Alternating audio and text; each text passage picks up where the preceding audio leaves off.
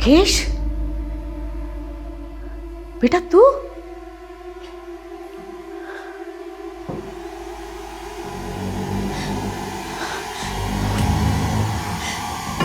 क्या है ये?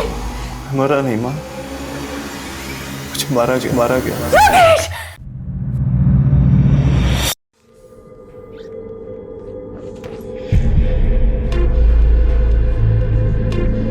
करिश्मा! करिश्मा! करिश्मा! करिश्मा! योगेश, क्या हुआ? क्यों चिल्ला रहे हो? कहाँ है मेरी दवाइयाँ? वो डस्टबिन में डाल दी थी मैंने। मेरी दवाइयाँ उठा के तुमने डस्टबिन में डाल दी। एक लंबी सांस ले, एक लंबी सांस ले। देख बेटा, हम दोनों का तेरे अलावा कौन है? हम तेरा भला चाहते हैं और तेरे अच्छे सेहत की कामना के लिए ही मैं वैष्णो देवी गई थी ना। और आज भी हम दोनों इसीलिए ही जगराता में जा रहे हैं। करिश्मा, तुझे ब्यूटी पार्लर जाना था ना, जा हुआ पार्लर। मैं तुझे जगराता में ही मिलूंगी। जी माँ। जा।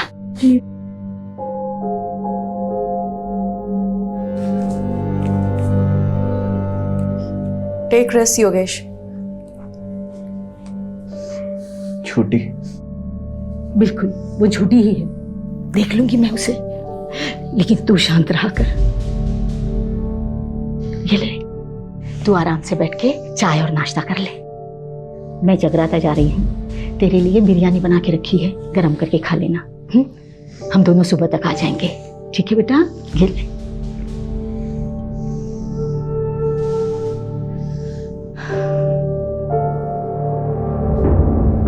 सब झूठ है, सब।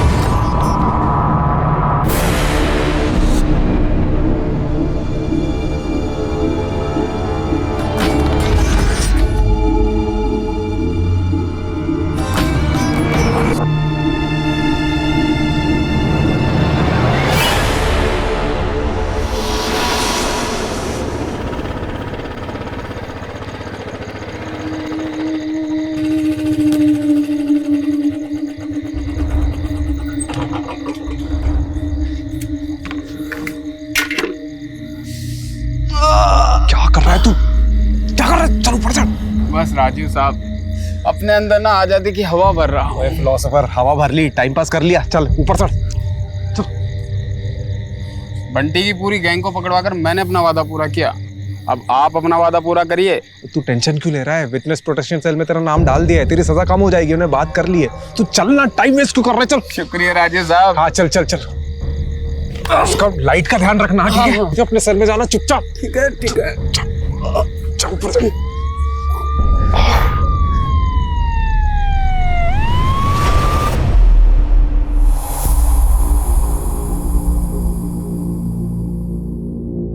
एक क्रिमिनल को पकड़ने के लिए दूसरे क्रिमिनल को जेल से भगा दिया। आई एग्री सर, राजीव ने जो किया वो गलत था, लेकिन आप उसका रिजल्ट भी तो देखिए सर। बंटी जो 2 साल से फरार था, हमारे हाथ नहीं आ रहा था, ओनली बिकॉज ऑफ राजीव वो आज हमारी कस्टडी में है। आप राजीव को बुलाइए। Sir. Sir relax. Thank you sir. Rajiv तुम्हें सस्पेंड नहीं कर रहे हैं, लेकिन अगले 1 महीने के लिए तुम कंट्रोल रूम में पोस्टेड रहोगे। बट सर, डिसीजन लिया जा चुका है, please don't argue. But sir मैं तुम आज ही कंट्रोल रूम ज्वाइन करोगे। सर मैं मानता हूँ कि मैंने कानून तोड़ा है, लेकिन आप ही बताइए, अगर एक एम्बुलेंस इमरजेंसी में सिग्नल तोड़ती है तो क्या आप एम्बुलेंस के ड्राइवर पर कानून तोड़ने का चार्ज लगाएंगे? हाँ, मेरा तरीका गलत हो सकता है, लेकिन मेरा इरादा बिल्कुल भी नहीं सर। जय हिंद सर।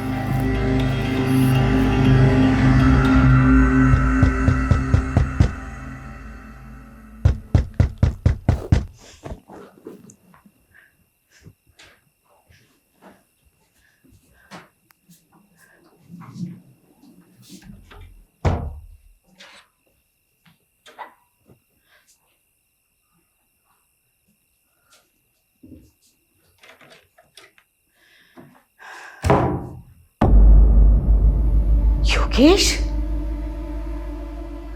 बेटा तू?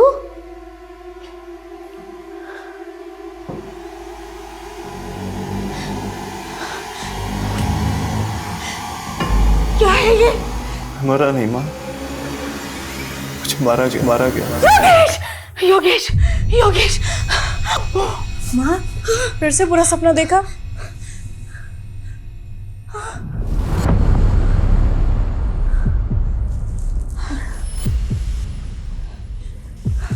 आप पानी पीजिए।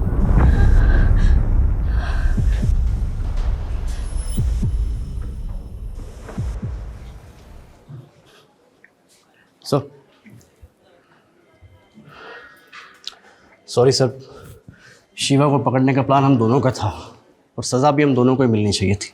तू क्यों गिल्ट फील कर रहा है? तुझ पे थोड़ी सीनियर्स पे गुस्सा हूं मैं। ये पटक दिया कंट्रोल रूम में, उससे अच्छा सस्पेंड ही कर देते। सर, आपकी माताजी आई है। मेरा मतलब है आपकी मम्मी की सिफारिश लेकर कोई माताजी आई है। कौन है? मेरा नाम गीता गुप्ता है और ये है मेरी बहू करिश्मा। आपकी माँ जब भी यहाँ होती है तो वो और मैं एक ही माता की चौकी मंडली में जाते हैं। ओह, आई एम सॉरी बट 4 महीने पहले आपके ही बेटे योगेश की हार्ट अटैक से मौत हुई थी, राइट? मेरे बेटे की मौत हार्ट अटैक से नहीं हुई, उसे मारा गया था। एक सेकंड। आपकी बेटे के मौत के 4 महीने बाद आप ये कह रही है कि उसका मर्डर हुआ था। ये किस बेसिस पे कह सकती है आप? उसने मुझे खुद बताया है कि उसका मर्डर हुआ है। उसने मुझे सपने में आके ये सब बताया।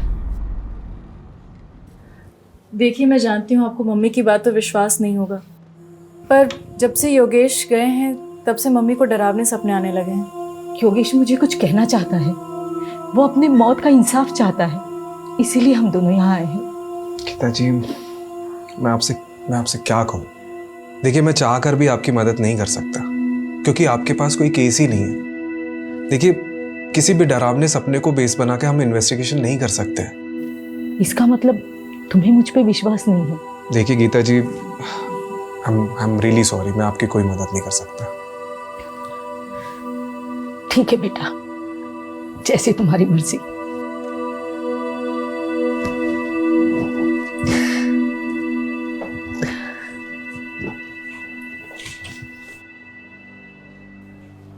आंटी जी की कहानी काफी फिल्मी थी।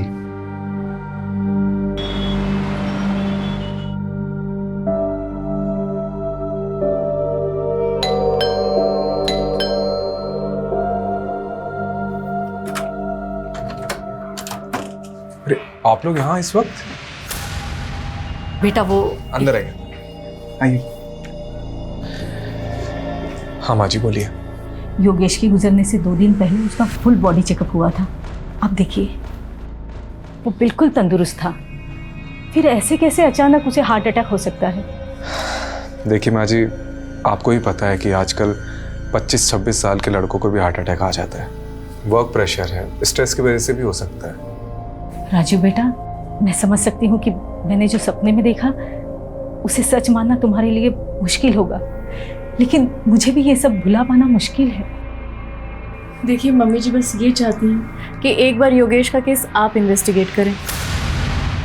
हाँ, मैंने पहले भी इसीलिए FIR दर्ज कराई थी, लेकिन तब उस इंस्पेक्टर ने उस डॉक्टर से बात की जिसने योगेश को डेड डिक्लेयर किया था, और डॉक्टर ने इंस्पेक्टर से कहा था कि हार्ट अटैक से मौत हुई है, और इंस्पेक्टर ने वो केस बंद करा दिया बिना किसी इन्वेस्टिगेशन के। बस मैं इतना चाहती हूँ कि आप एक बार योगेश के केस को इन्वेस्टिगेट करें, फिर आप जिस भी नतीजे पर पहुँचोगे कि मेरा बेटा हार्ट अटैक से मरा या कुछ भी, मैं बिना किसी सवाल के मान लूँगी। कम से कम मुझे ये अफसोस तो नहीं रहेगा कि मैंने सच्चाई जानने की कोशिश ही नहीं की। ओके, कल आप दोनों हेडक्वार्टर आ जाइएगा, मैं केस को रीओपन कराने का रास्ता ढूंढता हूँ। सर, आप भावुक होकर भूल कर रहे हैं। इस केस को हाथ में लेने का मतलब है हवा को हाथ में पकड़ना। कुछ हाथ नहीं लगेगा सर। सर, ये लीजिए, चाय पीजिए। सर, आप बताइए इन्वेस्टिगेशन कैसे करेंगे? मुझे पता है कंट्रोल रूम से इन्वेस्टिगेशन अलाउड नहीं है, पर गीता जी जिद पे अड़ी है, एटलीस्ट उनको तो सुकून मिलेगा। अनऑफिशियली सही, लेकिन मुझे करना पड़ेगा। और पता है कल क्या कह रही थी? योगेश की डेथ के 2 दिन पहले उसका हेल्थ चेकअप हुआ था और वो पूरी तरह से फिट था। सर, वैसे ही उसकी डेथ रिपोर्ट भी कह रही है there is no foul play. Sir heart attack आजकल लॉटरी की तरह हो गया है, कब किसकी निकल जाए कुछ पता नहीं। सर एक बात बताइए, एक तो 4 महीने पुराना केस है, ऊपर से लाश का पोस्टमार्टम नहीं हुआ है, सारी की सारी अस्थियां गंगा में बहा दी गई है। बचा क्या है हमारे पास इस केस में सर, सिवाय एक माँ के सपने के। आइए गीता जी, शुरू से शुरू करते हैं। 29 मार्च जिस दिन आपके बेटे योगेश की डेथ हुई थी, उस दिन क्या क्या हुआ था? 29 मार्च को सुबह 4 साढ़े 4 बजे के आसपास मैं और करिश्मा जगराता से वापस घर पे लौटे थे।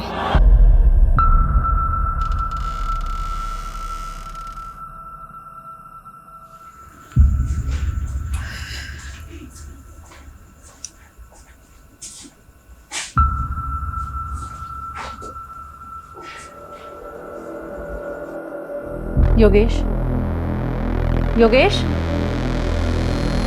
योगेश, योगेश, क्या हुआ बेटा? क्या हो गया? योगेश! बेजान पड़ा था मेरा बेटा। हमने फौरन डॉक्टर को बुलाया, डॉक्टर ने योगेश को डेड डिक्लेयर कर दिया। और अगले दिन जब योगेश की मेडिकल रिपोर्ट देखी तो सवाल ये उठा कि अचानक ऐसे कैसे योगेश की मौत हार्ट अटैक से हो सकती है। इसीलिए मैंने FIR दर्ज कराई थी। आपने जो पुरानी FIR दर्ज करी है उसकी डिटेल्स दीजिए, मैं वो फाइल मंगवाता हूँ।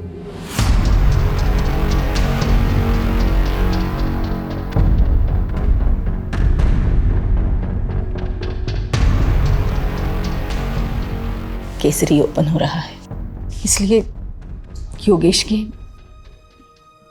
इंश्योरेंस क्लेम पास होने में थोड़ा वक्त लगेगा, लेकिन तुम्हें पैसों की चिंता करने की कोई ज़रूरत नहीं। मैं तुम्हें हर महीने। माँ प्लीज़, मुझे पैसे की ज़रूरत नहीं है, आप खाना खाइए।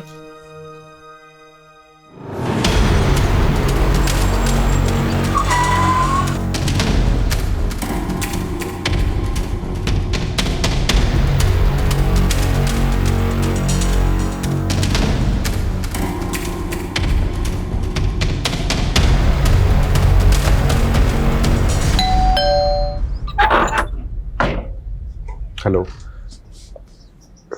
योगेश का कमरा देख सकता हूँ अगर आपको कोई प्रॉब्लम ना हो तो?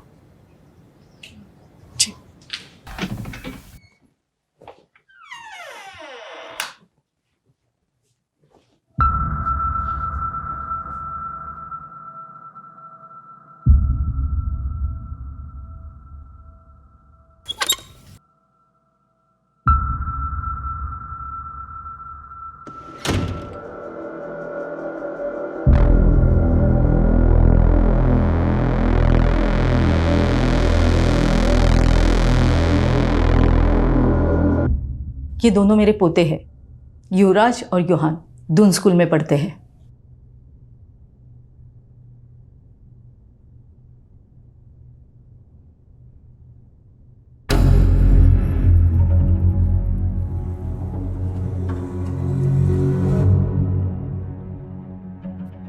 ये कौन है? विवेक, योगेश का दोस्त और बिजनेस पार्टनर भी।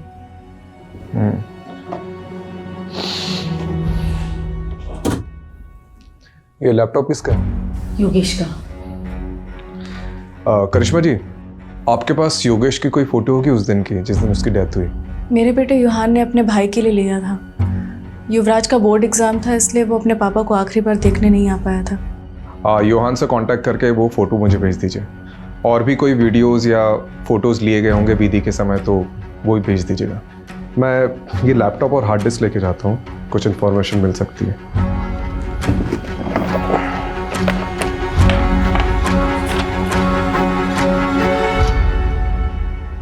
ये कौन सी दवाई ले रहा था योगेश? Anti anxiety pills. आज जो अपॉइंटमेंट है आप उसकी लिस्ट लेके आए। देखिए आज डॉक्टर साहब मुझे अभी आपसे बात करनी बहुत जरूरी। Okay calm down calm down नहीं doctor calm down. Yogesh calm down. क्या चला आपको समझ में नहीं आ रहा मेरे साथ क्या हो रहा है? योगेश शांत हो जाओ, शांत हो जाओ योगेश, रिलैक्स। अब बोलो योगेश, क्या बात है? सो नहीं पा रहा हूँ, कल भी पूरी रात जागा रहा मैं। दिमाग कह रहा है सो जाओ सो जाओ, पर आंखें दिमाग का साथ ही नहीं दे रही। स्लीपिंग पिल्स दी थी ना, काम नहीं कर रही? नहीं डॉक्टर, अगले महीने 28 तारीख को मेरी मीटिंग है दुबई में, करोड़ों की डील है और मेरा हाल देख रहे हैं आप। इस साल में गया तो मैं बर्बाद हो जाऊंगा, बहुत भारी नुकसान हो जाएगा डॉक्टर। मुझे हैवी डोज दीजिए डॉक्टर, महंगे से महंगे इलाज कराने के लिए तैयार हूं। योगेश का मन बहुत बेचैन रहता था। जब मेरे पास आया था उसके मन में अजीब सा डर बैठ गया था, जिसका मैंने ट्रीटमेंट भी शुरू कर दिया था और उसको कुछ दवाइयाँ भी लिख के दी थी।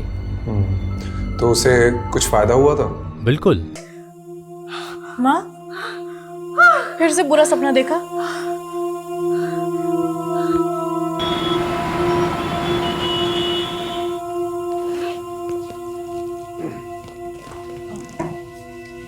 इस पेनड्राइव में योगेश की आखिरी फोटोज हैं और एक रिलेटिव ने फ्यूनरल की कुछ वीडियोस भी ली थी, वो भी हैं। Okay, thank you.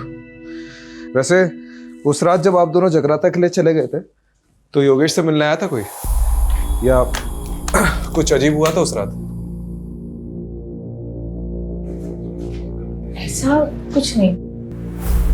एक बात याद आ रही है, योगेश की सेक्रेटरी आयशा और विवेक ये दोनों फ्यूनरल पर नहीं आए थे, जबकि विवेक योगेश के बहुत क्लोज थे। रस्तोगी, आयशा और विवेक का नंबर ले लो। सर जब से कैमरा आया है मतलब लोग कुछ भी शूट करते हैं, बताओ फ्यूनरल की भी रिकॉर्डिंग करते हैं, अजीब है। सर इस केस से कुछ मिलेगा भी या नहीं? चांसेस तो बहुत कम है, लेकिन अभी भी 3 लोगों से पूछताछ बाकी है। एक विवेक, योगेश का बिजनेस पार्टनर, और दूसरी आयशा, उसकी सेक्रेटरी। तीसरा कौन है सर? योगेश के घर का वॉचमैन बबलू, क्योंकि गीता जी और करिश्मा के जाने के बाद क्या हुआ उसी को पता होगा। देखते हैं वॉचमैन ने कितनी वॉच रखी घर पे। ये कितने की झाड़ू है?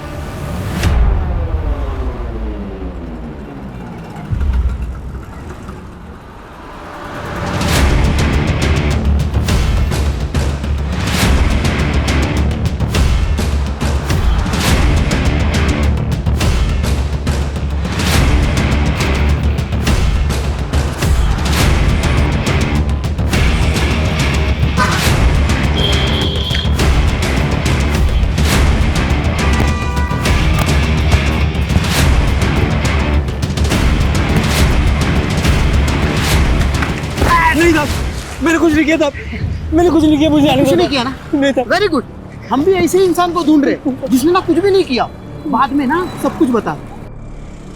देख बबलू, डर मत, अब ठीक से याद करके बता कि 28 मार्च को योगेश के घर में कौन कौन आया था, कौन गया था और क्या क्या हुआ था। वो दिन बड़ा ही बेकार दिन था, एक के बाद एक तमाशे हो रहे थे योगेश साहब के घर पे।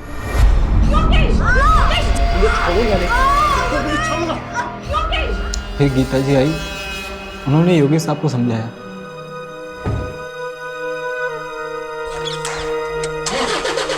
उसके बाद करिश्मा मैम चली गई। ये करिश्मा मैम घर से कितने बजे निकली थी? लगभग 5:30 बजा होगा साहब, क्योंकि मैं वही टाइम पे चाय पीता हूँ। और उसके बाद क्या हुआ था? फिर 7 साढ़े 7 बजे मैंने एक और झगड़े की आवाज़ सुनी। क्या है ये योगेश? तूने अपनी माँ को इतना बड़ा धोखा दिया, मेरे नकली साइन करके अपनी पुश्तैनी जमीन बिकवा दी। क्यों इतना ओवर रिएक्ट कर रही हो माँ? तुम क्या करती हो जमीन का? मुझे बिजनेस में जरूरत थी पैसों की तो मैंने उठा के बेच दिया, और वैसे भी तुम्हारे मरने के बाद तो वो जमीन मेरी होने वाली थी ना, तो क्या गलत किया? अरे तो मुझे बता दिया होता, मेरी नकली साइन क्यों की? इसी मेलो ड्रामा से बचने के लिए कि पापा की आखिरी निशानी है, पुश्तैनी जमीन है, ब्ला ब्ला ब्ला ब्ला। तेरे पापा का अरमान था उस जमीन को पापा लेके। नहीं रहे अब सारे फैसले मुझे करने हैं, अब आपको संभालना भी मुझे है माँ। मैं आपको अच्छे से नहीं संभाल रहा हूँ क्या? आजकल के बच्चों को देखिए, वो अपने माँ बाप को उठा के वृद्धाश्रम छोड़ाते हैं, लेकिन मैं ऐसा नहीं हूँ माँ, मैं आपको संभाल रहा हूँ, है कि नहीं माँ? गीता मैम के जाने के बाद विवेक साहब और आयशा मैम आए थे, यही करीब 9 साढ़े 9 बजे।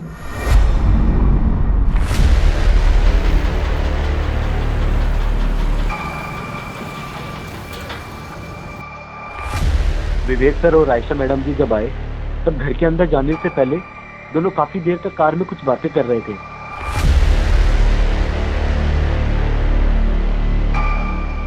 थोड़ी देर बाद वो अंदर चले गए साहब। तो इसकी रजिस्टर में एंट्री क्यों नहीं करवाई? साहब ये दोनों अक्सर वहां मिलने आया करते थे।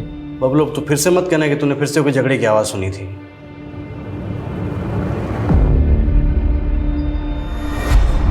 योगेश बहुत हो गया तेरा, मान ले मेरा प्रपोजल, मैं तंग आ गया हूँ तेरी जिद से। तंग तो मैं आ गया हूँ, हर बार तेरी वजह से मुझे घाटा हुआ है। अबे गधा है तू, एक नंबर का गधा। साले अगर नंगों के शहर में ना तुझे लंगोट बेचने के लिए बेच दूं तो वो भी नहीं बेच सकता तू। साले बहुत सुन ली मैंने तेरी बकवास। तू मुझे अपना डिसीजन बता कि तू है या नहीं मेरे साथ। नहीं हूं, बोल अब क्या करेगा, बोल। कॉलर छोड़। नहीं छोड़, कॉलर छोड़। नहीं छोड़ूंगा साले। काम डाउन, इधर बैठो तुम। सिट। सर आप भी बैठिए। आप लोग दोस्त हैं और बिजनेस पार्टनर्स हैं, अगर आप साथ में काम नहीं कर सकते तो अलग हो जाइए। ये क्या तरीका है? आयशा मैडम ने बात को संभाल लिया, फिर दोनों शांत होकर बैठ गए। थोड़े टाइम बाद आयशा मैम वहाँ से चले गए और फिर ठीक आधे घंटे बाद विवेक साहब भी वहाँ से चले गए गाड़ी में बैठकर। उसके बाद कोई नहीं आया साहब। कोई आया नहीं है? तूने देखा नहीं? साहब 12 बजे मैं सोने चला जाता हूँ, उसके बाद कोई आएगा भी तो कैसे पता लगेगा मुझे? ये सब तूने गीता जी और करिश्मा को बताया था? नहीं साहब, किसी ने पूछा नहीं तो सामने से जाके क्या बताता साहब। वैसे योगी साहब बहुत अच्छे इंसान थे साहब, दिलदार थे। अरे बबलू, जी साहब। खोई वो तुम? कुछ नहीं साहब, बस वो। ये लो 1 लाख रुपए पूरे तुम्हारी माँ के इलाज के लिए, अच्छे से करवाना। शुक्रिया साहब, मैं ये रकम आपको जल्दी ही 1 साल में वापस लौटा दूंगा साहब। मेरे पैसे मेरे अपने ही खा जाते हैं। मजाक कर रहा हूँ, पैसे लौटाने की कोई ज़रूरत नहीं, ठीक है? शुक्रिया साहब, बहुत बहुत शुक्रिया। आपको ये सब सच लग रहा है सर? मुझे तो ये सब कहानी लग रही है। नहीं रस्तोगी जी, मुझे सिर्फ ये कहानी नहीं लग रही है, इसमें कुछ ना कुछ तो सच्चाई है। जी सर, आप सही थे, काफ़ी सारी नई चीज़ें निकल कर आई है इसमें। पता है, मैंने ये सोचा भी नहीं था कि ये केस ऐसे पलटेगा। पहले तो ये सिंपल हार्ट अटैक का केस लग रहा था, लेकिन अब 3 सस्पेक्ट सामने हैं। पहला तो वो विवेक, योगेश का बिजनेस पार्टनर। जी सर, वो आखिरी इंसान जो योगेश के घर से बाहर निकला था। हाँ सर, हो सकता है आयशा मैडम भी मिली हुई हो सकता है, क्योंकि आयशा और विवेक योगेश के फ्यूनरल पे नहीं गए थे, और ऊपर से करिश्मा ने जो विवेक का नंबर दिया है वो भी स्विच ऑफ आ रहा है। दूसरा सस्पेक्ट एक करिश्मा हो सकती है, क्योंकि इसके योगेश से बहुत ज़्यादा झगड़े होते थे। सर, तो फिर ये तीसरा सस्पेक्ट कौन हो सकता है? योगेश की माँ गीता गुप्ता। देख, हो सकता है उन्हें जो भी सपने आ रहे हैं वो कहीं ना कहीं उनके ही अंदर का गिल्ट है, जो उनको चैन से सोने नहीं दे रहा है। लेकिन सर, वो खुद ये केस रीओपन करवा के अपने लिए मुसीबत क्यों खड़ी करेगी? कमलेश, उन्हें भी यही लग रहा हो कि हम भी यही सोचकर बैठे रहेंगे और उन पर डाउट नहीं आएगा, इसलिए वो खुद सामने से आई और केस को रीओपन करवाया। हाँ, नहीं बताया मैंने योगेश और मेरे झगड़े के बारे में, लेकिन इस झगड़े से योगेश की मौत का कोई लेना देना नहीं है। देखिए, लेना देना है या नहीं है वो तो इन्वेस्टिगेशन के बाद ही पता चला। खैर, आपने हमें पहले कुछ बताया नहीं है तो अभी बता दीजिए। उस रात तेरे पापा का अरमान था उस जमीन को लेके। पापा नहीं रहे अब सारे फैसले मुझे करने हैं, अब आपको संभालना भी मुझे है। माँ, आपको बुरा तो लगा होगा योगेश किस बर्ताव से। मेरा बेटा गुस्से में कुछ भी बोल देता था, लेकिन वो दिल से बुरा नहीं था। उस दिन जब मैं बाहर गई थी तो उसने मुझे थोड़ी देर बाद मैसेज किया था। हाँ, ये देखिए।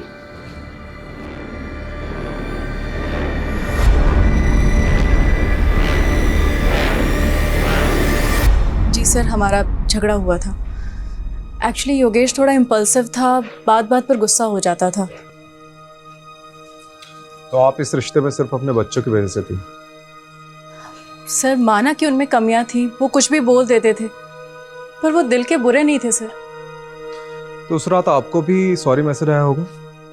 जी कुछ नहीं, आगे क्या हुआ? सर, उसके बाद मैं पार्लर गई और 8 बजे के आसपास मैं मम्मी जी से जगराते में मिली। हाँ, जगराता में करिश्मा पूरा वक्त मेरे साथ में ही थी। मुझे समझ नहीं आ रहा मुझे यहाँ क्यों बिठा के रखा है। आयशा जी, राजीव सर के पास टाइम कम है और डंडे ज़्यादा।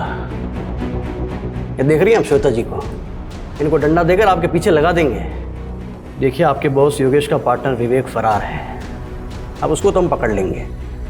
आप बस सिर्फ इतना बता दीजिए कि 28 मार्च को जब आप योगेश के घर पर गई थी तो योगेश और विवेक के बीच में झगड़ा हो रहा था, वो किस बात को लेकर हो रहा था? कमलेश, जी सर। कुछ बोला इसने? हाँ सर, बोलने वाली है ना। सर, विवेक और योगेश सर ने मिलकर एक प्रॉपर्टी खरीदी थी जीवन नगर में। विवेक चाहता था कि वहाँ की झोपड़ियों को तुड़वाकर जल्दी से जल्दी काम शुरू किया जाए और वहाँ पर कब्जा कर लिया जाए, लेकिन योगेश सर चाहते थे कि ये सब लीगली हो। बस इसी बात पर इन दोनों में झगड़ा हो गया था। विवेक, calm down, इधर बैठो तुम। सिट। सर आप भी बैठिए। आप लोग दोस्त हैं और बिजनेस पार्टनर्स हैं। अगर आप साथ में काम नहीं कर सकते तो अलग हो जाइए। ये क्या तरीका है? आयशा जी, आपको क्या लगता है ये विवेक ने वाकई में योगेश का मर्डर किया होगा? सर मुझे नहीं पता। उस दिन मेरी माँ बीमार थी और वो हॉस्पिटल में एडमिट थी और मुझे उस दिन जल्दी निकलना पड़ा था।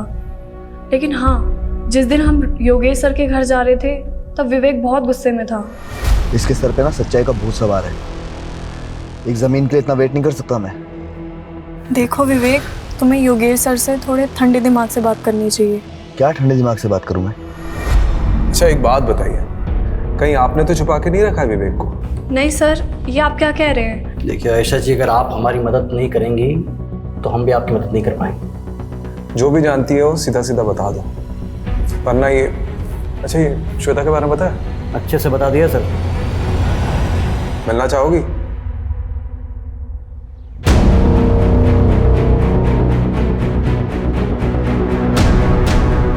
सर आयशा ने जो लोकेशन बताई थी उस पर हम नजर रखे हुए हैं।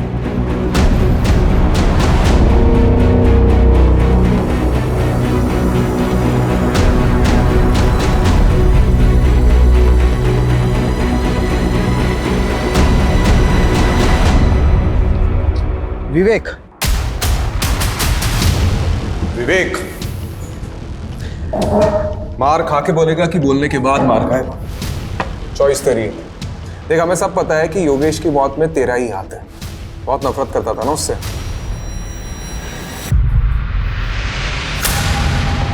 कितने? 12 लाख रुपए। और ब्याज कर मिलाकर कितने देने तेरे को? 15 लाख रुपए चोपड़ा को। चले एक बार मार्केट से पैसा उठाने से पहले मुझसे पूछ तो लिया होता। इस साले ने अपनी गाड़ी तक बेच दी। अब तुम शांत। चुप, कोई नहीं बीच में बोलेगा। योगेश, माँ आप भी चुप, एकदम चुप माँ। इससे गलती हुई है और इसे इसकी गलती की सजा मिलनी चाहिए। क्यों साले, है ना? यह है तेरी गलती की सजा। नई गाड़ी तेरे लिए। पर योगेश, अरे रख, चोपड़ा को मैंने आधे पैसे दे दिए हैं और आधे उसको तू देगा, ठीक है? और अब ये सब सारी चीजें खत्म कर और चुपचाप मेरे साथ बिजनेस में आ जा। चुप, चल आ जा। सर मैं क्यों उसे मारूंगा? योगेश और मैं तो भाइयों की तरह थे। हाँ, हम दोनों साथ में बिजनेस करते थे, लेकिन हम दोनों की सोच अलग थी, इसलिए हम दोनों के बीच में झगड़ा होता रहता था। मैं तो उसे कभी मारने का सोच भी नहीं सकता। आज मेरे पास जो कुछ भी है वो सब योगेश का ही तो है। भाई मानता था ना उसे, तो उसके फ्यूनरल पे क्यों नहीं गया? सर उस रात हमारे बीच में बहुत झगड़ा हुआ था, और जब मुझे पता लगा कि उसी रात उसे हार्ट अटैक आया तो मुझे लगा कि सब कुछ मेरी वजह से हुआ है। मैं बहुत गिल्ट में था सर, इसलिए नहीं गया। गिल्टी तो हम भी मान रहे हैं। उस रात को योगेश के सर पे फ्लावर वास फोड़ने वाला था ना तू। आयशा ने हमें सब कुछ सच बता दिया है। नहीं सर, मैं ऐसा क्यों करूँगा? हाँ, हमारे बीच उस रात को बहुत झगड़ा हुआ था, लेकिन आयशा के जाने के बाद मैंने और योगेश ने दिल खोलकर बातें की थी। और सर उसने मुझे अपनी तकलीफ के बारे में बताया था। कैसी तकलीफ?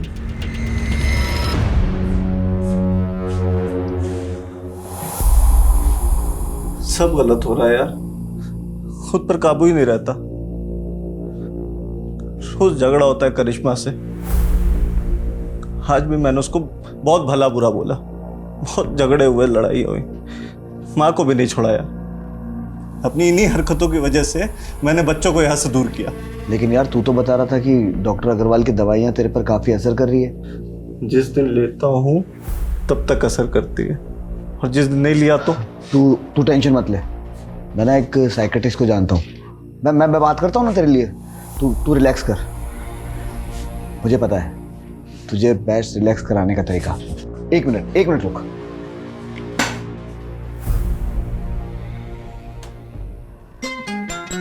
तेरा फेवरेट गाना, तेरी फेवरेट ड्रिंक के साथ में इससे बेस्ट रिलैक्सेशन कोई चीज़ हो ही नहीं सकती। सर जब मैं वहाँ से निकला तो योगेश बहुत अच्छे मूड में था और उसका मेरे जाने के बाद में मुझे टेक्स्ट भी आया। तेरे जैसा यार कहाँ ऐसा याराना। सर अगर मुझे पता होता कि ये सब कुछ होने वाला है तो मैं वहाँ से जाता क्यों। ठीक है, तुम जा सकते हो, लेकिन हाँ, शहर छोड़ के जाने की सोचना भी नहीं। ठीक है सर।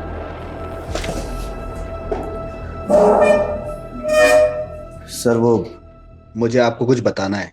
सर योगेश की मम्मी गीता आंटी, एक्चुअली एक ज़माने के अंदर मेरे पापा और योगेश के पापा बहुत अच्छे दोस्त थे, लेकिन जब उनकी शादी गीता आंटी से हुई तो उनका बिहेवियर बिल्कुल चेंज हो गया। और फिर जब कॉलेज में मेरी और योगेश की मुलाकात हुई तो हम दोनों भी बहुत अच्छे दोस्त बन गए और सब कुछ नॉर्मल हो गया। लेकिन सर गीता आंटी ना काफ़ी कंट्रोलिंग फ्रीडी लेडी है।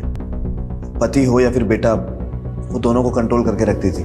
उनको उसी में खुशी मिलती थी। तो शायद सर कुछ। ठीक है, तुम जाओ।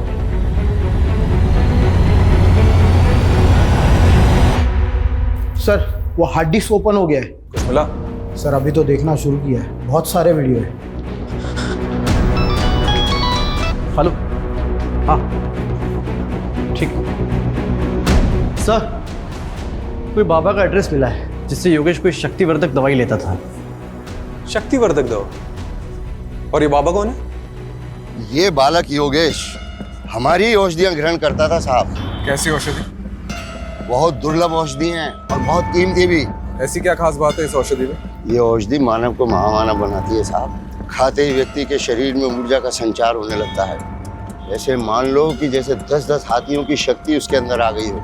बहुत अद्भुत औषधि है साहब, बहुत अद्भुत। अरे यार कितनी वीडियो है रे बाबा। योगेश के लैपटॉप से कुछ मिला? अरे सर देखते देखते मेरी आंखें बटन हो गई। अभी भी कम से कम 20 वीडियो है। जितने भी वीडियो देखे ना सबके सब वेकेशन और प्रेजेंटेशन के थे। फिर भी सर ट्राई करता हूँ।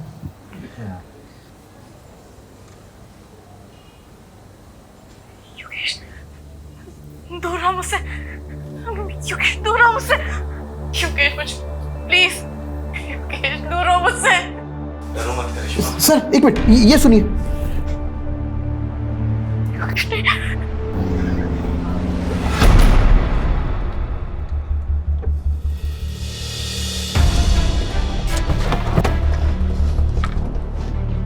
कहा ना मैंने, हर हस्बैंड वाइफ की तरह मेरे और योगेश के बीच में भी प्रॉब्लम्स थी एंड इट्स नॉर्मल।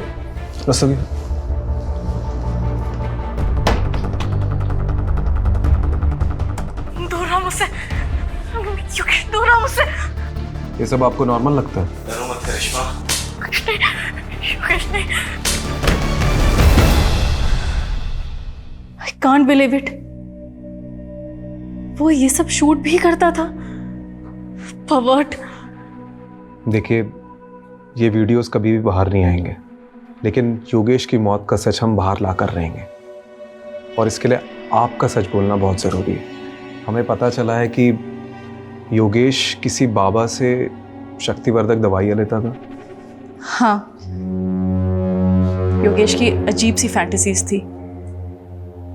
जब हम दोनों थी सीजर, नाइफ, स्क्रू ड्राइवर, सब कुछ। तो ये सब आपने गीता जी को बताया? नहीं प्लीज, आप उन्हें कुछ मत बताइएगा, उन्हें बहुत दुख पहुंचेगा। And it's my request, please. इतना सब होने के बाद भी आपने योगेश से कभी तलाक लेने के बारे में नहीं सोचा? माना कि योगेश ने पिछले 1 साल में मुझे बहुत तकलीफ दी थी, पर 15 साल का रिलेशन था हमारा, और ये 15 साल हमने हंसी खुशी बिताए। वो मेरा पति था, मेरे बच्चों का पिता। आप ऐसा सोच भी कैसे सकते हैं? देखिए, मेरा इरादा आपको हर्ट करने का नहीं था।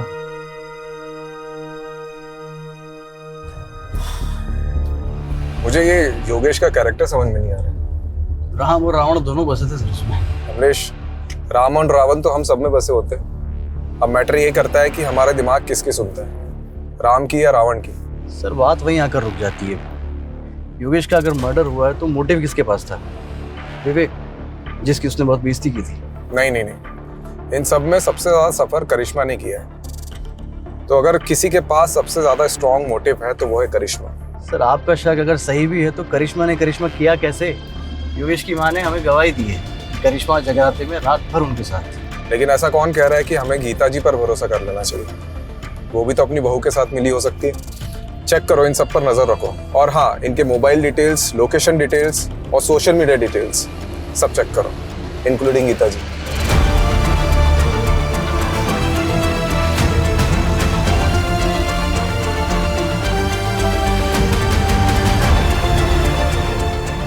एटर्नल लव 50-50 क्या नाम है? अरे सर सारे सस्पेक्ट की सभी सोशल मीडिया अकाउंट पे स्कैनिंग की, उसमें से एक ऑनलाइन स्टॉकर हाथ लगाए। एटर्नल लव 50-50 पिछले कई साल से एक करिश्मा को सोशल मीडिया पे स्टॉक कर रहा है। 2 साल पहले भी इसने करिश्मा को कुछ मैसेजेस किए हैं। सर जब ये करिश्मा कॉलेज में थी ना तो मिस दिल्ली रह चुकी थी। तू क्या इतने सालों बाद ये फिर से आ गया? कुछ भी? अरे सर ऐसा ही है, ये स्टॉकर ने कितनी बार करिश्मा को प्रपोज भी किया था, पर कुछ टाइम बाद करिश्मा के डांटने पर इसने मैसेजेस करना बंद कर दिया। इसका प्रोफाइल तो देखो, है कौन ये? लगता है ये HNF जिम का मेंबर है। रस्तोगी, ये जिम के मेंबर्स की लिस्ट निकालो। कितने लोग हैं? 5000 के आसपास लोग हैं। मेरे गांव से भी ज्यादा लोग तो तुम्हारी जिम में हैं।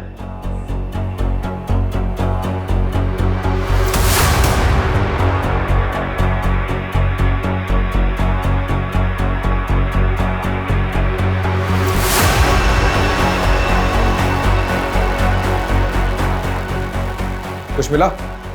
सर पूरा का पूरा कच्चा चिट्ठा मिला है। ये देखिए, हमने ये जिम मेंबर्स की लिस्ट देखी थी और इसमें जो ये नंबर्स दिए गए इन सब के लोकेशन को हमने मैच किया। उनमें से सर ये एक नंबर मर्डर वाली रात उसी एरिया में एक्टिव था। रात को 1 बजे इस नंबर पर पहले कॉल आया और उसके बाद एक मैसेज। ये नंबर एटर्नल लव का है? सर इस नंबर की हमने और डिटेल्स निकाली तो इसकी ब्राउजिंग हिस्ट्री से पता चला कि ऑनलाइन इसमें कोई ड्रग के बारे में सर्च किया गया था। हो सकता है इस ड्रग का इस्तेमाल योगेश के हार्ट को जमाने के लिए किया गया हो,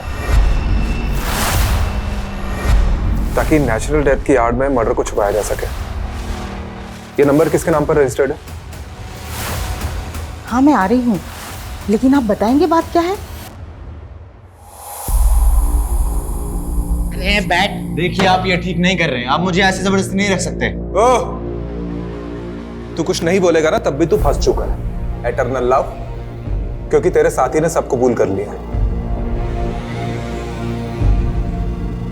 मुझसे गद्दारी? गद्दारी नहीं, समझदारी की उसने।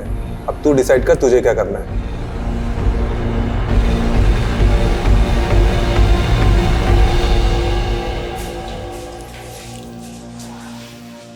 जी मैं जा सकती हूँ। अरे रुकिए, पहले ये वीडियो देख लीजिए।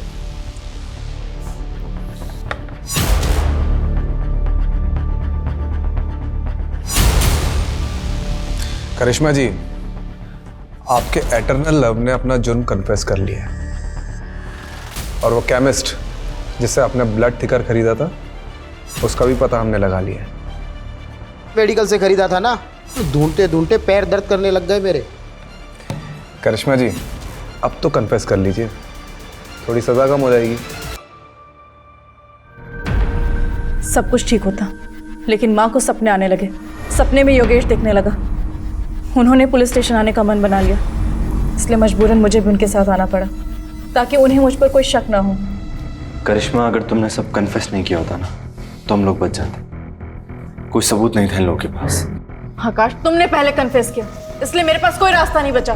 झूठ मत बोलो, देखा था मैंने तुम्हें इस लेडी कांस्टेबल को अपना कन्फेशन लिखाते हुए। बेवकूफ, मैं बस उसे इन्फॉर्मेशन दे रही थी। अरे लवबर्ड्स, झगड़े क्यों कर रहे हो? हाँ, तुम दोनों की थोड़ी गलती है। वो तो हमने प्लान किया था तुमसे सच उगलवाने के लिए। करिश्मा जी ने एक दूसरा नंबर भी ले रखा था, जिसके बारे में हमें नहीं बताया। और उस नंबर की लोकेशन रात को 1 बजे योगेश के घर की थी। उस नंबर से हमें और भी इंफॉर्मेशन मिली है, लेकिन ये भी जरूरी था कि तुम दोनों अपने मुंह से उगलो।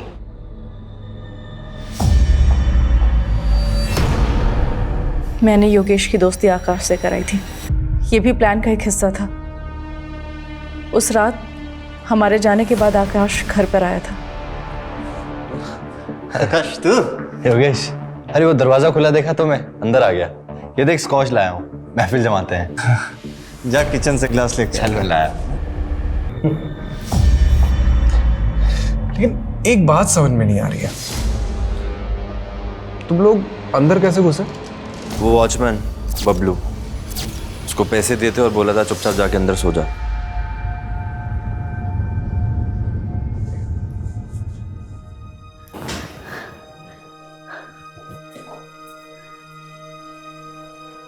करिश्मा, तुझे अगर इतनी तकलीफ ही थी तो छोड़ देती मेरे बेटे को। जान से मारने की क्या जरूरत थी?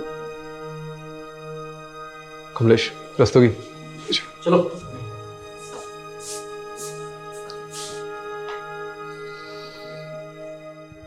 सर, योगेश के मर्डर में जो पिलो यूज हुआ था वो हमें योगेश के घर के बैकयार्ड की कचरे के ढेर से मिला है। और सर लकीली जो उस पर सलाइवा हमें मिली थी उसकी डीएनए टेस्ट रिपोर्ट आ गई है। योगेश के डीएनए से मैच होती है सर। और आकाश के बाल के ट्रेसेस भी पिलो पर मिले हैं। ये स्ट्रॉन्ग एविडेंस बनेगा इस केस में। Right sir. और बबलू का क्या हुआ? सर बबलू को तो धर लिया है। ये न्यूज़ देखिए क्या हेडलाइंस छपी है। 4 महीने बाद खुला मौत का राज, पत्नी ही निकली कातिल। क्या केस था ये? कोई मानेगा भी नहीं कि एक सपने ने सच्चाई सामने ला दी। अगर माँ ने गीता जी को हमारे पास नहीं भेजा होता तो ना ही ये केस खुलता और ना ही हमें कातिल का पता चलता। इस केस से एक बात तो पता चल गई है कि माँ की बात मान लेनी चाहिए। अरे यार,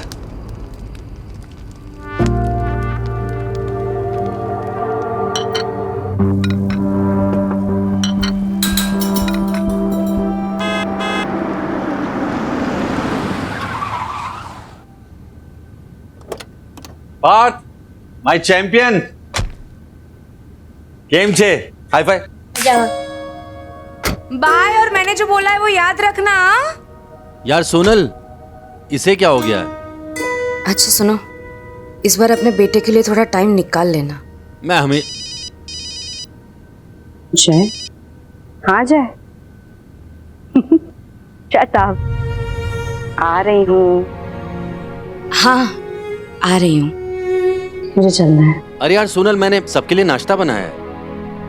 मैंने सोचा कि आज हम सब साथ में नाश्ता करेंगे। हमेशा से तो तुम ही सोचते हो। कोई और क्या सोच रहा है तुम्हें कभी फर्क पड़ा है? यार तुम फिर से वही सब बातें शुरू। मुझे जाना है, आई एम सॉरी। यार सोनल, मेरी बात तो सुनो।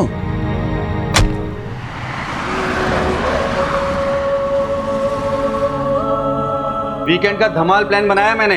सबसे पहले देखेंगे मार्वल्स की मूवी, फिर खेलेंगे बीच पे क्रिकेट, लंच में खाएंगे पिज्जा और रात भर खेलेंगे वीडियो गेम्स। Breakfast ready.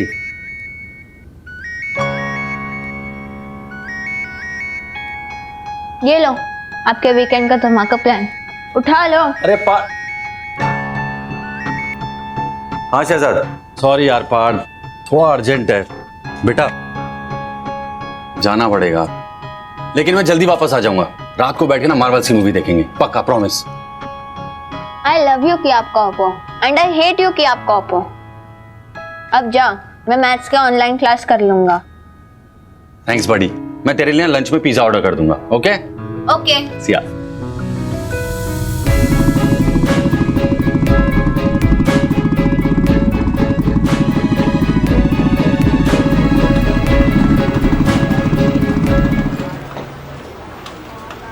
जय हिंद सर।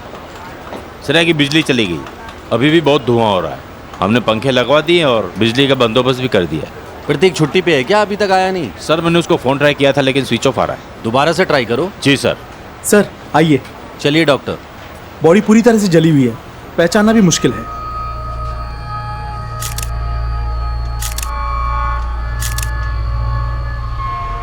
शॉर्ट सर्किट यहाँ से हुआ था। हाँ सर, और यहाँ आसपास हर जगह केमिकल्स के ड्रम रखे हुए हैं। पेपर्स लाए? जी सर। सर ये यहाँ का मैनेजर है। ये देखिए सर, फायर कंप्लायंस रिपोर्ट 2 हफ्ते पहले की डेट है। बड़े अपडेटेड हो यार। अच्छा ये बताओ, ये जो आदमी जला है ये किस डिपार्टमेंट का है? अरे कहाँ से मिसिंग है? लेबर का आदमी है, सिक्योरिटी का है, किसका है? सर यहाँ 22 एम्प्लॉय काम करते हैं, मैंने खुद चेक किया है, कोई मिसिंग नहीं है। अच्छा, और इन लोगों को कुछ पता ही नहीं है, और ये एरिया पूरा खुला हुआ है और बाहर शटर पे ताला भी नहीं था। फिर ये आदमी भागा क्यों नहीं? हो सकता है इसके हाथ पैर बंधे हो। एक काम करो मैनेजर, सारे सिक्योरिटी वाले, सारी सीसीटीवी फुटेज मुझे पुलिस स्टेशन में चाहिए अभी। Yes sir. हाँ, अरे जानूडी, पिक्चर में बैक सीट और थिएटर में फ्रंट सीट सारू से उल्टा मत कर देना। मैं जल्दी आ जाऊंगा, नॉर्मल सा एक्सीडेंट केस है। सर नॉर्मल केस नहीं है, कॉम्प्लिकेटेड है। जिस आदमी की बॉडी जली हुई मिली है वो आदमी यहाँ के किसी भी स्टाफ का है ही नहीं, कोई बाहर का आदमी है। एक मिनट, केस कॉम्प्लिकेटेड है, मुझे आने में लेट होगा, तुम कृषिका के साथ देखने चली जाओ। ओके चलो। अंग्रेजी में एक कहावत, man proposes God disposes. Sir आपका प्ले का प्लान गॉड ने नहीं, एक क्रिमिनल ने डिस्पोज किया है। तो तुम क्या सोच रहे हो? मर्डर? एक्सीडेंट हुआ तो विक्टिम वहां से भागा क्यों नहीं?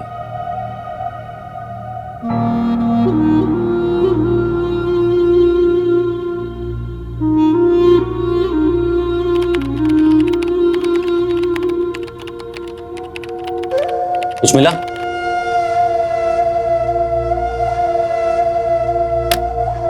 दिखा कुछ? सब डिलीट कर दिया? नहीं सर, डिलीट नहीं किया, बस वो थोड़ा एक्स्ट्रा कमाने के चक्कर में फंस गया। Sorry sir. सब बता सर, सच क्या क्या किया? सर हर फ्राइडे गनात्रा साहब का डीजल का ट्रक आता है। जो डीजल मार्केट में 90 का मिलता है वो मुझे 80 में मिल जाता है। 10 रुपये का थोड़ा फ़ायदा हो जाता है, पगार भी कम है, थोड़ी ऊपर की कमाई हो जाती है सर। इसीलिए वो मैं सीसीटीवी कैमरा रिपेयर नहीं करवाया सर। वो सिक्योरिटी गार्ड वालों को भी कुछ दे देता हूँ, इसीलिए वो फ्राइडे को थोड़ा जल्दी चले जाते हैं।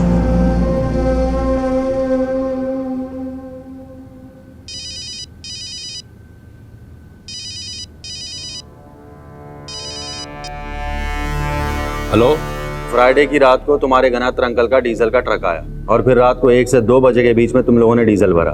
फिर गनात्र के लोग चले गए और तुम लोग सो गए। अबे वहां गोडाउन में आग लगी थी और तुम लोग सो रहे थे। सर 2 मिनट इधर आइए ना।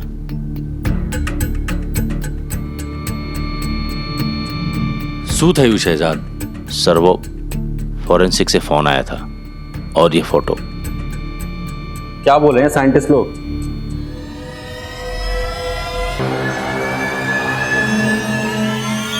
प्रतीक,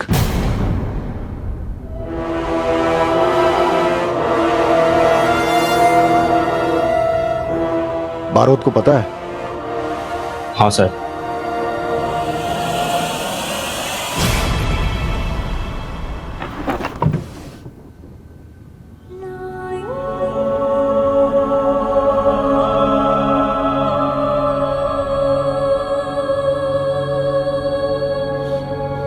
कैसा लगा सर? सरस है ना? एकदम सरस छे। मुझे पता था आपको पसंद आएगा। नई बाइक मुबारक हो सर। थैंक यू प्रतीक। अब जैसी बाइक है वैसा कीचेन भी तो होना चाहिए ना। ये देखिए सर, मेरे वाला भी सेम टू सेम है ना? एकदम सेम सर, एकदम सेम।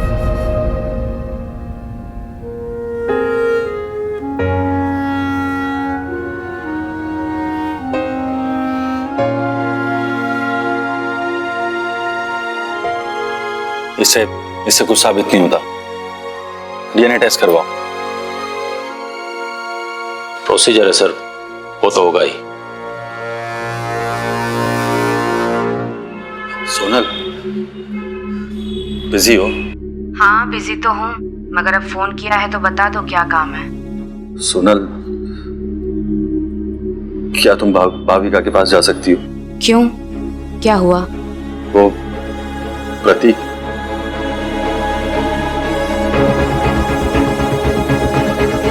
क्या?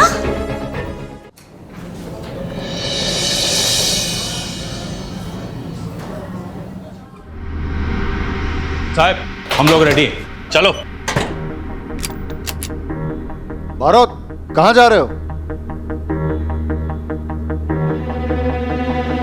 गणत्र को उठाने। डीजल गनात्रा? क्यों? वो जर्नलिस्ट का केस याद है आपको? हाँ, वो TV2 के जर्नलिस्ट को जो जला के मारा था। तो तो ये उसका मोडुस ऑपरेंडी है। और सर प्रतीक सर ने उसे अरेस्ट किया था जर्नलिस्ट के केस में। और जब प्रतीक ने अरेस्ट किया था, इसने उसे जलाकर मारने की धमकी दी थी। लेकिन कोई प्रूफ, कोई एविडेंस तो होना चाहिए। बहुत कनेक्टेड आदमी है। मैं लाके देता हूं ना एविडेंस आपको। चलो शहजाद। बापत गनात्रा, आज दिन खराब है तेरा।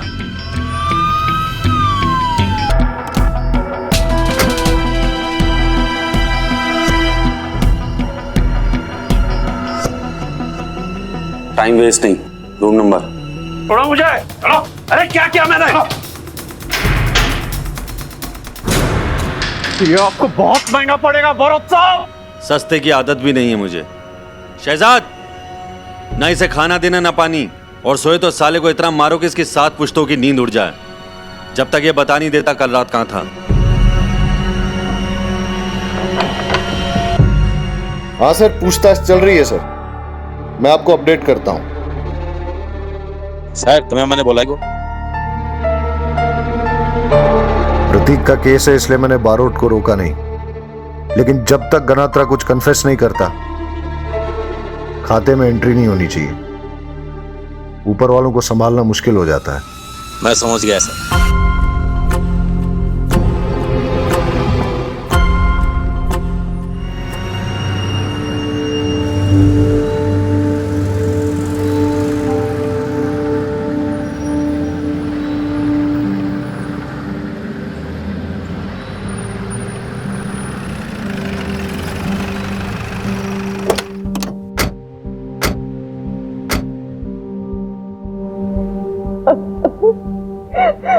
भाभी, प्रतीक मुझे क्यों छोड़ के चला गया?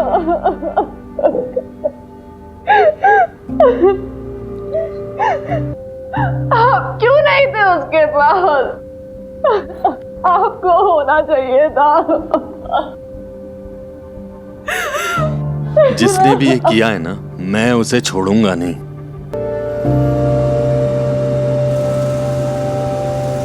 क्या हुआ? क्या था? जला दिया जिंदा।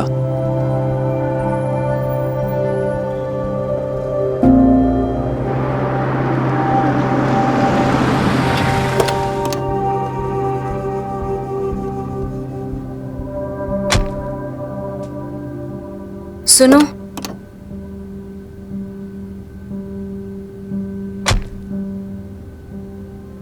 तुम चाहो तो रुक जाती हूँ थोड़ी देर। पार्थ? पार्थ? पार्थ? पार्थ? माय गॉड, ये क्या छुपा रहे हो? दिखाओ हाथ। हाथ ज्यादा तो नहीं जली? हाँ पार्थ, ठीक हो? दिखा। तुम ये नूडल्स क्यों बना रहे थे? सुबह से कुछ नहीं खाया क्या?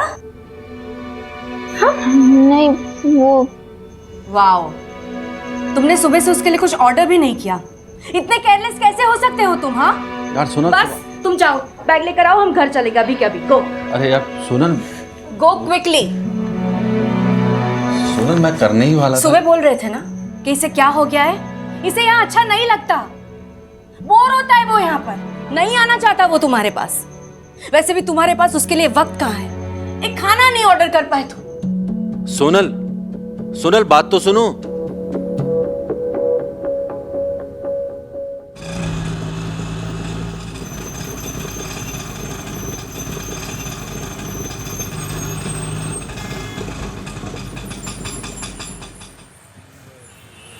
ये लो भाई। नहीं सर नहीं। अरे ले लो ने काका, वैसे भी पुलिस वाले लेते देते थोड़े ना है। ये लो, जाओ।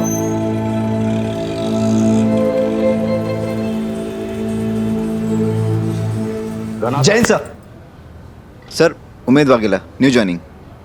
सर आपके बारे में बहुत सुना है सर, आपके साथ काम करके बहुत कुछ सीखना चाहता हूँ सर। सर मुंह मीठा कीजिए ना, असली ही की मिठाई है। पुलिस की नौकरी है, कोई मिस वर्ल्ड का कंपटीशन ही जो मिठाई लेके आए हो।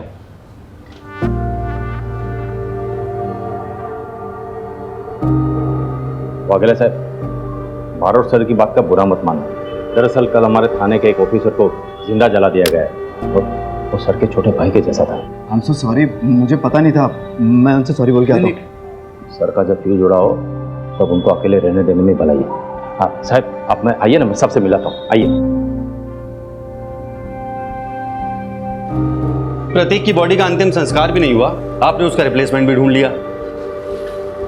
कोई प्रतीक को रिप्लेस नहीं कर रहा है। अगर प्रतीक के साथ कल ये हादसा नहीं भी हुआ होता तो भी वाघेला आज ही ज्वाइन करने वाला था। सर,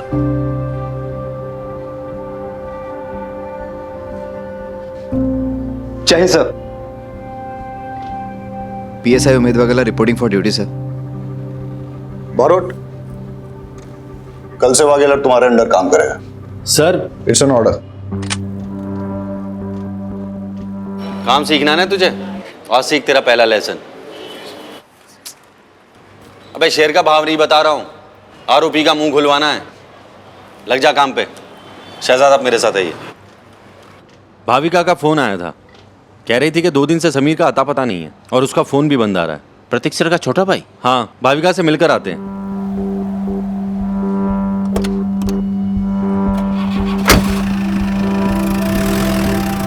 बताइए, उस रात कहाँ थे? Vaghela,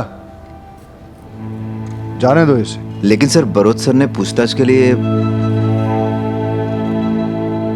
okay sir.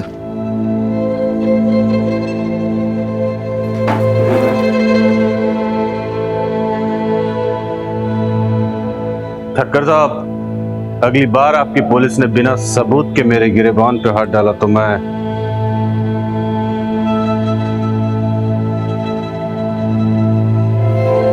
चोर पुलिस के खेल में छुपने का काम चोर का होता है और आंख दिखाने का पुलिस का। बेल हो गई है आपकी, जाइए।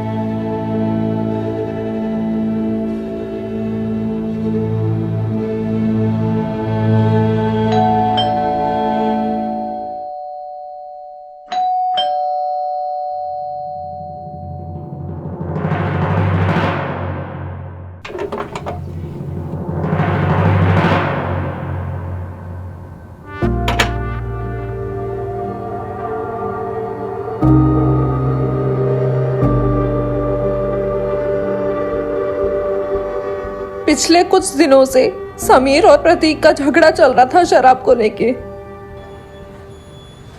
शराब को लेके? हाँ, समीर का शराब पीना और शराबियों के साथ उठना बैठना बहुत ज्यादा हो गया था। समीर, समीर कहाँ है? प्रतीक, समीर, क्या हुआ? प्रतीक, समीर, प्रतीक क्या हुआ? कहाँ है तू? क्या सुन रहा हूँ मैं? तूने शराब के लिए पैसे चुराए? शर्म नहीं आई तुझे? हाँ, शर्म नहीं आई तुझे? चोरी नहीं की है, जरूरत थी ले लिए, लौटा दूंगा। और दूसरी बात, पीता हूँ शराब तो शराब पिएगा? हाँ? तुझे पता है ना, ट्राई स्टेट है गुजरात और यहाँ शराब अलाउड नहीं है। एक पुलिस वाले का भाई होकर तू ये सब करेगा? यार, बाहर में गई पुलिस वाले की इज्जत। मेरा जो मन में आएगा वो करूंगा। क्या बोला? जो मन में आएगा वो करेगा? एक पुलिस वाले का भाई होकर तू ये सब करेगा? गन तो मेरे पास भी है ना। गन चलाओगे क्या? पागल हो गया? सुनो बड़े भाई, मेरा जो मन आएगा करूंगा। आगे से मेरे ऊपर हाथ उठाया ना तो चूकूंगा नहीं।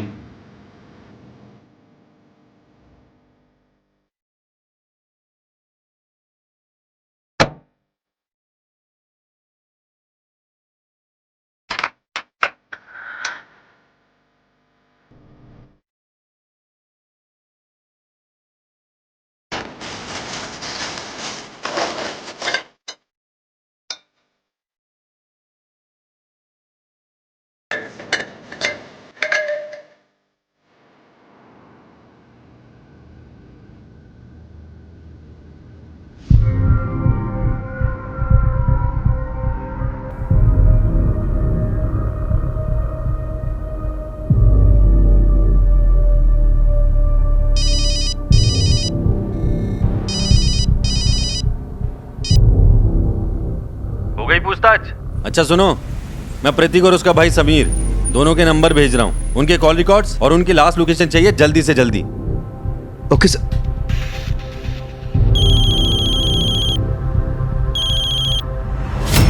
सर, समीर के घर पे उसके जूते और दारू के मिले बॉक्स पर हमें रेत मिली है। मैं और शहजाद कोस्टल एरिया का राउंड अप करने जा रहे हैं। ओके। शहजाद। जी सर। घर पे ले लो, कपड़े बदल के चलेंगे।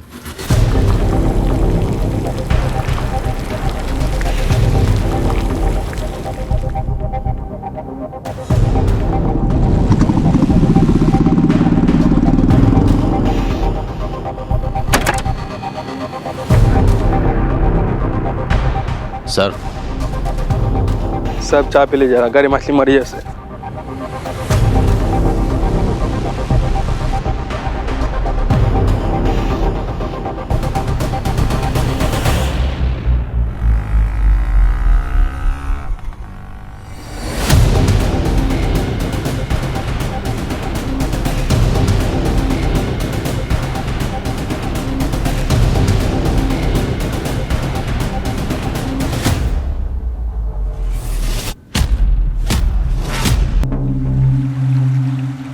मैं बोल रही जल्दी रख सामान।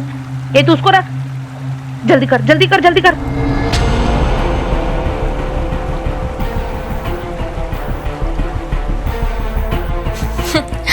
अगर आप जैसा हैंडसम होता तो शायद।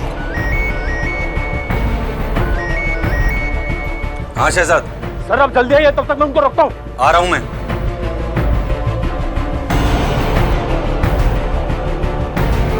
वो निकल गया।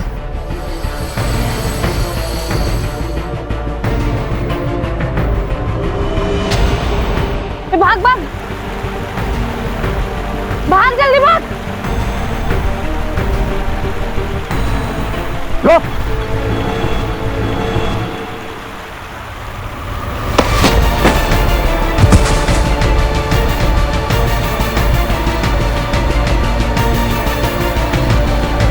पकड़ के रख साले को। पुलिस है, पुलिस है।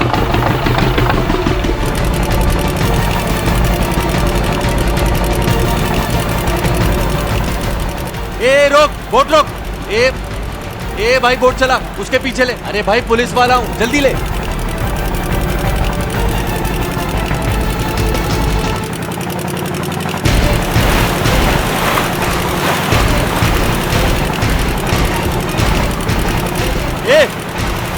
ए बोट रोक, शकीला बोट रोक, रोक वहीं पे। अबे तेज चला, जल्दी कर। इसके आगे ले घुमा इसको।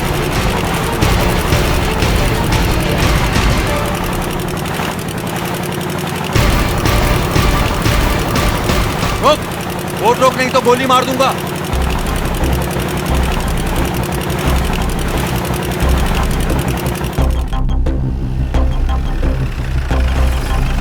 बताओ तुम्हें क्या क्या पता है? सर आपने गणेत्र को जाने क्यों दिया? तुम अपनी ये एनर्जी मुझ पे गुस्सा करने पे नहीं, गनात्रा के खिलाफ एविडेंस जुटाने में लगाओ। उसका वकील बहुत टेढ़ी खीर है। बिना एविडेंस के ऐसे उसे अंदर नहीं रख सकते। और वैसे भी कल तक फॉरेंसिक रिपोर्ट भी आ जाएगी और हमें प्रतीक और उसके भाई के कॉल रिकॉर्ड्स और लास्ट मोबाइल लोकेशन भी मिल जाएगा। एक बार अगर हम ये प्रूव कर पाए कि प्रतीक को केमिकल से नहीं डीजल से जलाया गया है, तो हम गनात्रा को सर्कमस्टेंशियल एविडेंस पे अंदर कर सकते हैं। अब मिलेगा तो अरेस्ट करेंगे ना।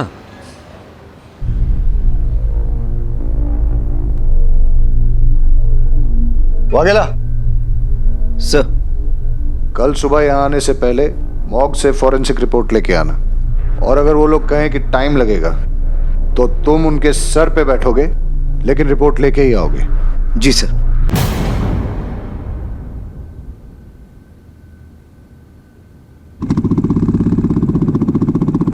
प्रतीक का लास्ट लोकेशन कोस्टल एरिया के आसपास दिखा रहा है। समीर का कैम्बे फ्लोरोकेमिकल्स के पास। बारोट, तुम शहजाद के साथ कोस्टल एरिया राउंड अप करो, मैं केमिकल प्लांट के आसपास चेक करता हूँ। शहजाद चलो।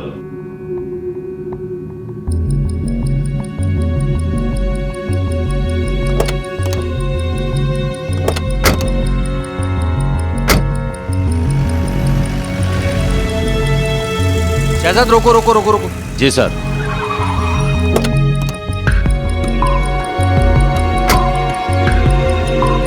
प्रतीक की लोकेशन यहीं आसपास ही दिखा रहा था।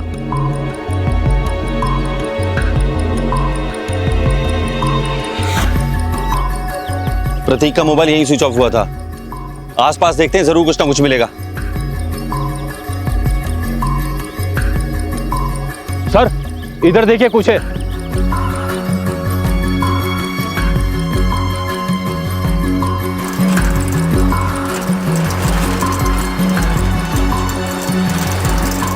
समीर के फोन की लास्ट लोकेशन यही थी।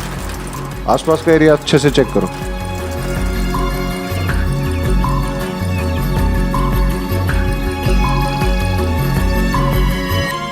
सर यहाँ आइए जल्दी।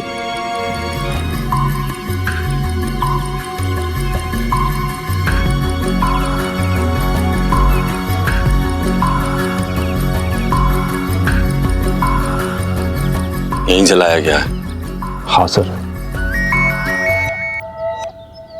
बरोट, हमें यहाँ एक गाड़ी मिली है। रिपोर्ट्स में टाइम लगेगा। पूरा लंग अल्कोहल से भर गया है। मतलब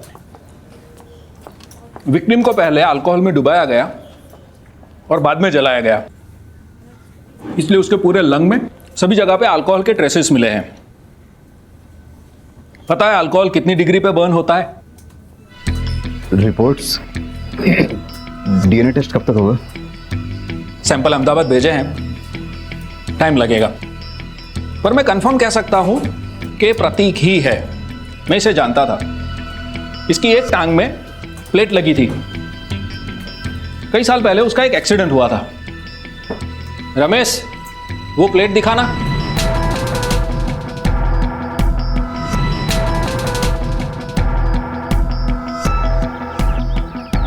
सब प्रतीक को कौशल एरिया में जलाकर उसकी बॉडी को इस गाड़ी में डालकर केमिकल फैक्ट्री में शिफ्ट किया गया है। फिर गाड़ियां पार्क कर दी है सर। तो वो केमिकल फैक्ट्री की आग एक डाइवर्जन था। 1 मिनट। हाँ वगैरह फॉरेंसिक टीम को बुलाओ फटाफट। जी sir. Okay. Barot, forensic report कह रही है कि समीर को केमिकल से नहीं, अल्कोहल में डुबो के जलाया। मतलब सर मेरा शक बिल्कुल ठीक था। ये गणित्रा बहुत स्मार्ट बन रहा है। इसने प्रतीक को डीजल से नहीं, अल्कोहल से जलाया। अगर ये गनात्रा ने किया है तो समीर की गाड़ी यहाँ क्या कर रही है? और सर समीर का लास्ट लोकेशन भी यहीं पे था। मतलब सर हमारे पास ना 2 सस्पेक्ट हैं, एक गनात्रा और एक समीर। और सर वो दोनों बहनें फराह और शकीला, उन दोनों का कुछ ना कुछ इन्वॉल्वमेंट जरूर है सर, क्योंकि एक खबरी के मुताबिक समीर कुछ दिनों पहले तक उन दोनों से रेगुलरली शराब लेता था। सर हो सकता है इनका गनात्रा से कोई कनेक्शन हो। सर इनसे इन्फॉर्मेशन निकालनी होगी। सर मैं सच कह रही हूँ सर। घबराओ मत, हम लोग बात कर लेंगे। लो शकीला, एक बात बताओ, तुम्हारे लिए ज्यादा जरूरी क्या है, धंधा या बेटी?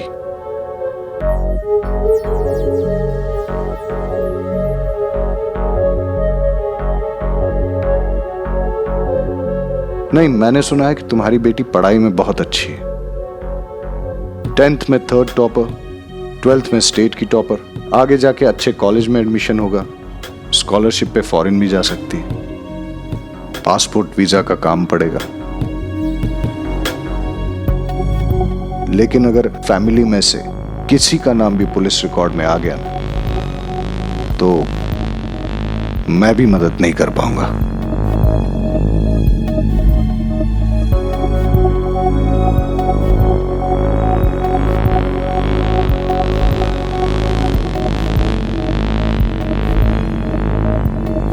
हाँ सर, वो समीर आता था हमारे पास दारू के लिए, पर 2 महीने से वो खुद ही दारू का सप्लायर बन गया। और वो वसीम है ना, वसीम गैरेज वाला, उसके साथ मिला हुआ था। वो लोग ना साहब दमन से दारू लेके आते थे समीर के गाड़ी में। हो सकता है सर उन लोगों का आपस में झगड़ा हुआ, या फिर दूसरे स्मगलरों से पंगा ले लिया होगा उन लोगों ने। वो क्या है ना साहब, हम लोगों के धंधे में ना नए लोग किसी को पसंद नहीं आते, लेकिन अगर वो इस धंधे में है तो सप्लाई चेन में कहीं ना कहीं मिल जाएगा। शायद आजकल वो घनत्रा साहब को भी दारू सप्लाई कर रहा हो। बस साहब, इससे ज़्यादा मैं कुछ नहीं जानती हूँ साहब। गुजरात में दारू या तो मुंबई से, या सी रूट से, या फिर दमन से आती है। सर अभी दोनों बहनों से हमें दमन की लीड मिली है। एक काम करते हैं, सबसे पहले दमन की लीड फॉलो करते हैं। अगर हमें यहां कुछ नहीं मिला तो बाकी के रूट भी चेक कर लेंगे। ठीक है, तो फिर दमन।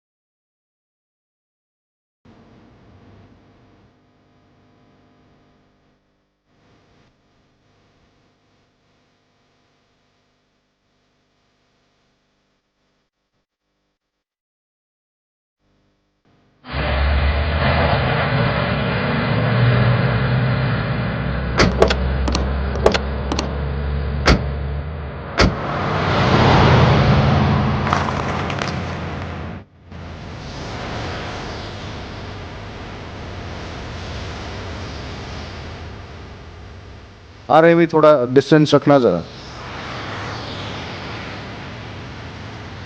बारोट नंबर चेक करना जरा। Yes sir.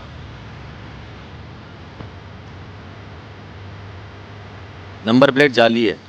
स्मार्ट। ये स्मार्टनेस 3 किलोमीटर से ज्यादा नहीं चलेगी।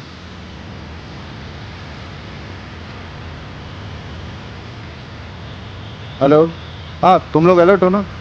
10-15 मिनट में पहुंच रहे हैं। हमारी गाड़ी फॉलो कर रही है। नाकाबंदी लगा दी है ना?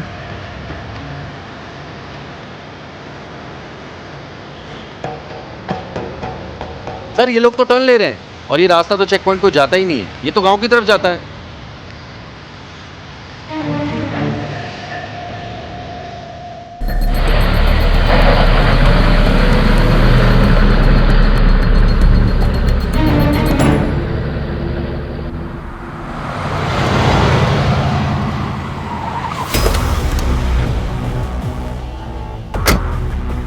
सर यही मौका है, दोबारा नहीं मिलेगा। बैकअप चाहिए होगा। सर बैकअप का इंतजार करेंगे तो बहुत लेट हो जाएगा। अरे सर सोचने का टाइम नहीं है, ऑर्डर दीजिए। ठीक है बारोट, तुम लीड करो, मैं कवर देता हूं। हम दोनों आगे से जाएंगे और तुम दोनों पीछे से आओ। गाड़ी खाली करो ने, माल आगे भी भेजना है।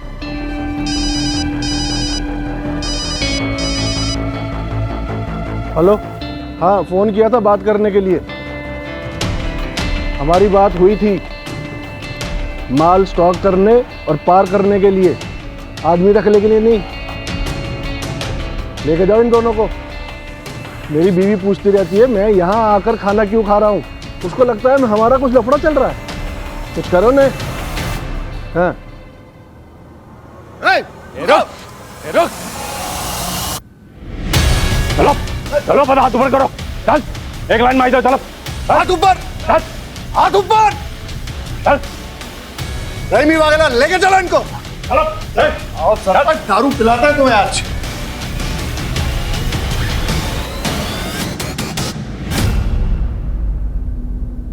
समीर, प्रतीक का भाई है इसलिए आराम से पूछ रहा हूं। चुपचाप बता दे पूरी कहानी क्या है, कब कहां कैसे क्या हुआ, सब बता।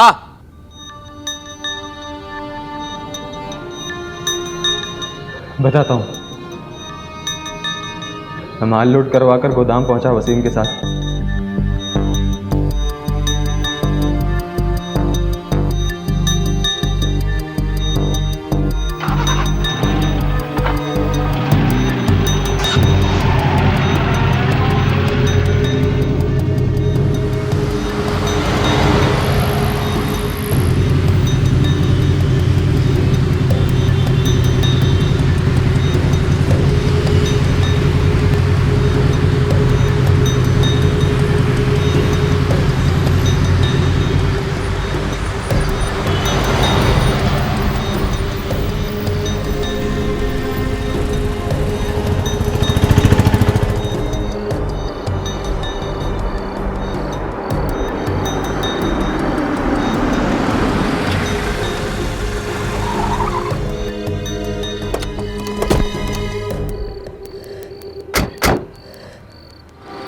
अबे यहाँ क्या कर रहा है?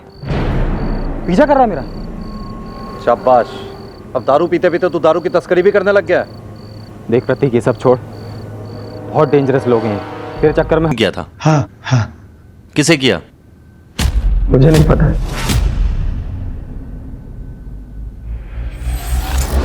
आप पैसों की फिक्र मत कीजिए, माला माल कर दूंगा, लेकिन मेरा आदमी जेल से छूटना चाहिए। हाँ, लेकिन उसको बोलने के लिए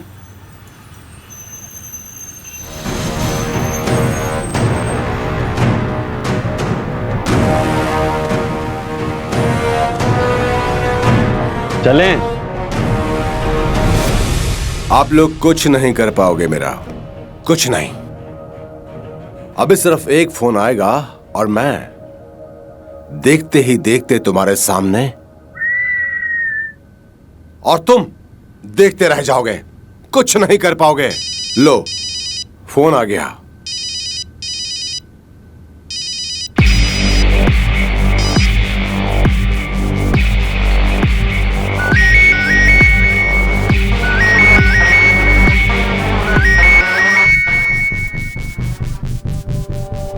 क्या कर रहे हैं आप लोग? फोन क्यों नहीं उठा रहे हो? अरे फोन उठाओ। रहीमी, फोन उठा लो।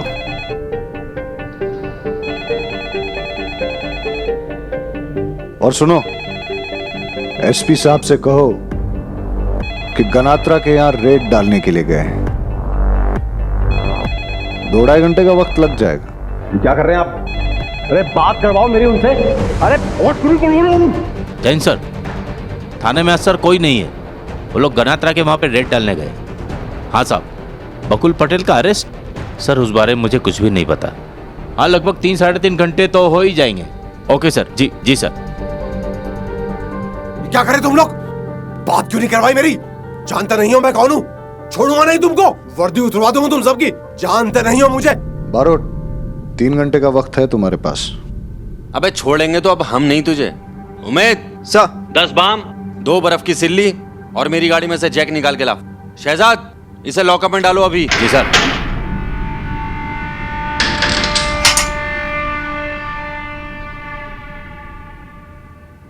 आप? अरे वो सब छोड़, तू ये बता, ये बाम, ये बर्फ की सिल्ली, इसका क्या करेंगे? आपने कभी बाम लगाया है? हाँ। कैसा? एक नंबर का गधा। तू खुद तो फंसा ही फंसा, साथ में मुझे भी फंसा दिया। कुछ भी मत बोलो, तुम्हारे चक्कर में मैं फंसा हूं। मेरे चक्कर में नहीं। अरे मैंने कहा था समुद्र में फेंक दो, लेकिन नहीं, सब फैक्ट्री में डाल के भाई को फंसाने चला था, तो खुद फंस गया। खुद। हाँ, लेकिन मर्डर मैंने नहीं किया। प्रतीक गढ़वी का मर्डर तुमने किया, मैंने नहीं। अरे चुप, मैंने मारा या तूने मारा? चुप, बिल्कुल चुप। अब मुंह बंद रखने का कोई फायदा नहीं। तुम लोग जो बोल रहे थे ना, सब रिकॉर्ड हो गया है। एक पुरानी कहावत, दीवारों के भी कान होते हैं।